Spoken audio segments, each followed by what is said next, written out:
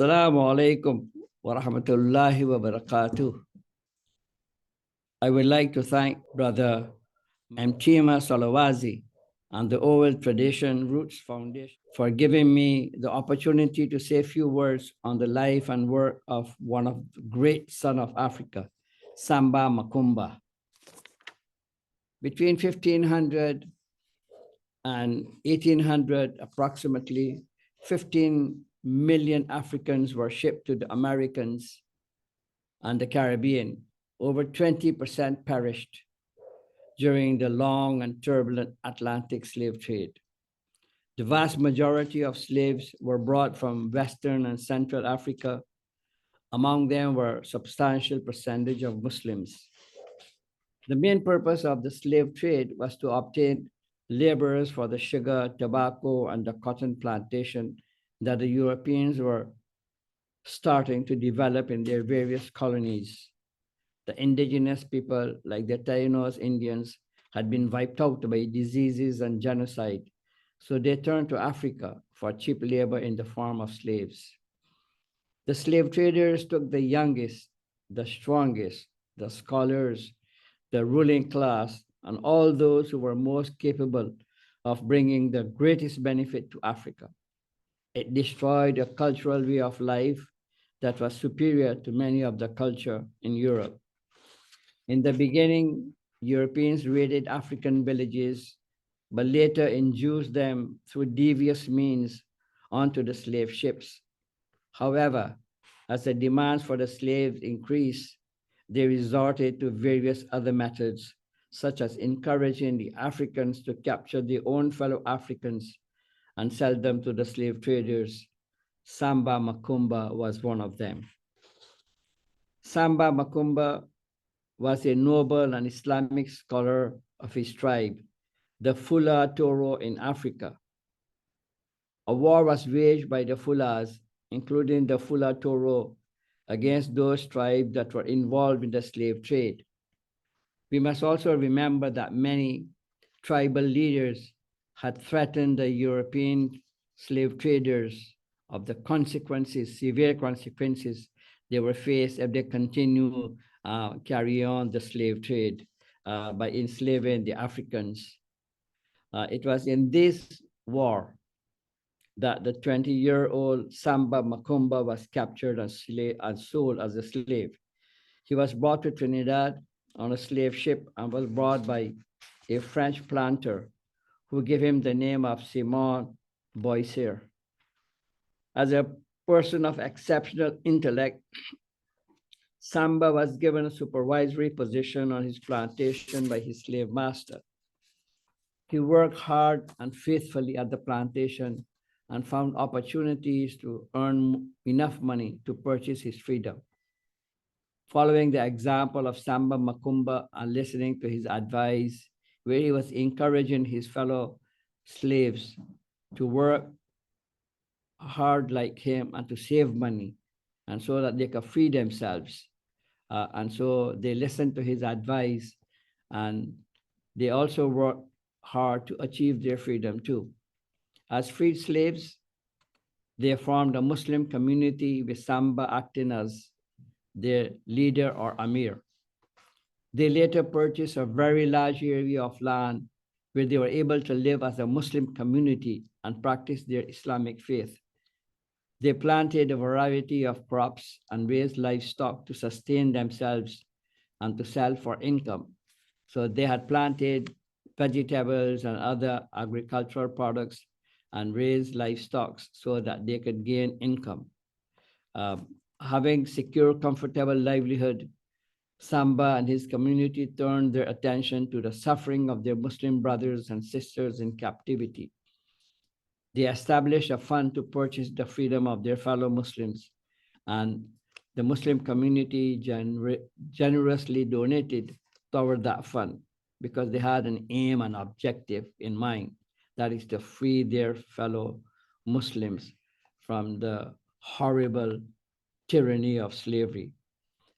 So what they used to do, that whenever a slave ship arrived at the port, Samba and his men were the first to board the ship to find out if there were any captive Muslims.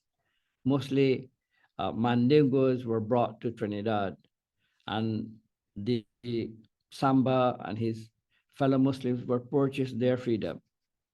They continued this benevolent act of freeing their fellow Muslims from the bondage of slavery until the Declaration of Freedom, by which time Sambo and his community had freed about 500 of their fellow Muslims in Trinidad alone. It is believed their benevolent act of freeing Muslim slaves was also extended to other islands. However, to date, I have not found any evidence to suggest that they had freed slaves in the other Caribbean islands. I suppose further research need to be done on that particular situation. Samba Makumba was a leader of a vibrant African Muslim community in Trinidad. Around 1841, at the age of 60 years, Samba Makumba met and spoke with a Quaker priest who was visiting Trinidad. He was visiting the other Caribbean countries too. I would like to take this opportunity, therefore, to relate the conversation between them because it reveals, among other things, the humane nature of Samba Makumba. It also reveals his leadership, scholarship, and his firm belief in his Islamic faith. The Quaker visitor stated that, among others who came to see us in the morning of their departure, was a Mohammedan priest named Emir Samba Makumba, with whom we had an interesting interview and obtained from him a brief history of himself and his people now resident upon this island, that is the island of Trinidad, where they continue to worship after the manner of their fathers according to the precepts of the Quran. He described Samba as being about 66 years old. His hair and beard, which he has allowed to grow long, are white. He wore the habit of his order, a flowing white tunic. Samba could speak several languages. He addressed us in Arabic, pronouncing the benediction of the Mohammedans on those they esteem as people of God. Afterwards, he conversed in French, and our friend H.L. Jobiti interpreted for us. His countenance was remarkably serene, and although he had been a man of sorrows and acquainted with grief, yet his face was lighted with a smile. The old man said he mourned over the conditions of the Christian world. He regretted that their youth were in danger of being drawn away by the evil practices of the Christians. He thought that it was safe to judge people by their actions. And when he saw the Christians holding those of their own faith in slavery, engaging in wars with members of their own church, and addicted to habit of intemperance, all of which the Quran forbids, he thought it was sufficient evidence that the religion of Muhammad was superior to the religion of Anna Bisa, Jesus Christ. We told him that we understand the religion of Jesus as forbidding all these practices, but that the professors of the religion of Christ did not live up to his precepts. He inquired, "Have you any slaves in your country?" To which we replied, "Nearly 3 million. At this information, he gave a look of astonishment and indignation. We asked him if he believed the great God who made all things had placed a witness of himself in the hearts of all men to teach them what is right and what is wrong, to which he replied, "Yes, certainly. God has placed his spirit in man to show him good and evil, and man ought to obey it, for by doing so, he would please his maker and be accepted of him." He further remarked, "It is by listening to evil suggestions that he becomes very wicked." He thought that the Christians degraded themselves by selling the Bible, which they considered a standard of religious faith. "You ought not to sell your religion," Samba Makumba said, "meaning the Bible, or take pay for expanding it. meaning for preaching. We told him we did not do it. We came out of love and goodwill to see the people of these islands, that we might encourage them to love and good works. Then said he, you are men of God, and I hope the Lord will bless your labors and make you useful in spreading his truth in the world. The Quaker priest concluded by stating that it was a pleasure to be with this benevolent individual, who may be looked upon as one of the brightest philanthropists of the age. When we consider the humble sphere in which he has moved and the limited means at his command for accomplishing a benevolent act scheme which had for its object the emancipation of all his countrymen in captivity.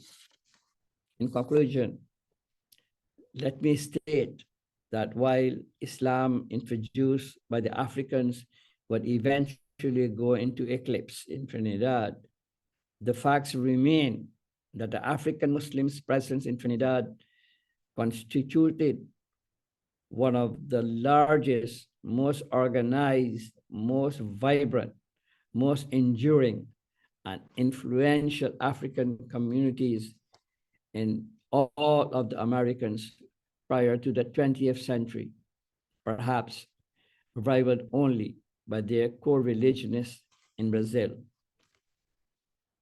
In the end, all praise is due to Allah, the Lord and Cherisher of the world. Amen.